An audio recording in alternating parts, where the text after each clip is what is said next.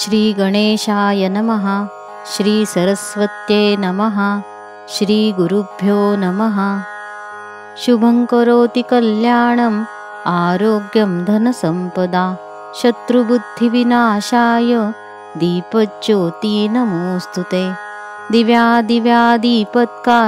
कानी कुंडले मोतीहार दिव्याला पाहून नमस्कार। तिळाचं तेल कापसाची वात दिवा तेवे मध्यान्रात दिवा लावला देवापाशी उजेड पडला तुळशीपाशी। माझा नमस्कार सर्व देवांपाशी। घरातली इडापिडा बाहेर जावो बाहेरची लक्ष्मी घरात येवो। घरच्या सर्वांना उदंड आयुष्य लाभो। कैलास राणा शिवचंद्रमौळी फणींद्र माथा मुकुटी झळाळी।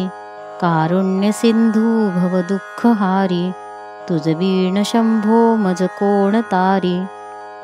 कर्पूर गौरम करुणावतारम संसारसारं भुजगेंद्रहारं सदा वसन्तं हृदयारविन्दे भवं भवानी सहितं नमामि।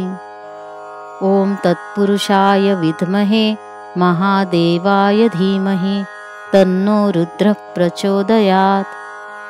ॐ त्र्यम्बकं यजामहे सुगन्धिं पुष्टिवर्धनम् उर्वारुक्मीव बन्धनान् मृत्योर्मुक्षीयमामृतात्। सौराष्ट्रे सोमनाथं च श्रीशैले मल्लिकार्जुनम् उज्जैन्यां महाकालम् ओङ्कारममलेश्वरम् परल्यां वैजनाथं च डाकिन्यां भीमशङ्करम् सेतुबन्धे तु रामेशं नागेशं दारुकावने वाराणस्यां तु विश्वेशं त्र्यम्बकं गौतमीतटे हिमालये तु केदारं वृष्णेशं च शिवालये। एतानि ज्योतिर्लिङ्गानि सायं प्रातः पठेन्नरः सप्तजन्मकृतं पापं स्मरणेन विनश्यति।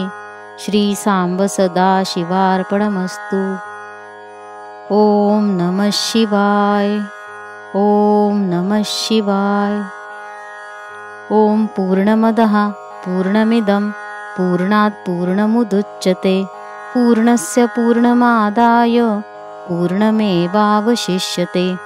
सर्वेऽपि सुखिनः सन्तु सर्वे सन्तु निरामयाः सर्वे भद्राणि पश्यन्तु मा कश्चित् दुःखभाग् भवेत्। ॐ शान्ति शान्ति शान्तिः।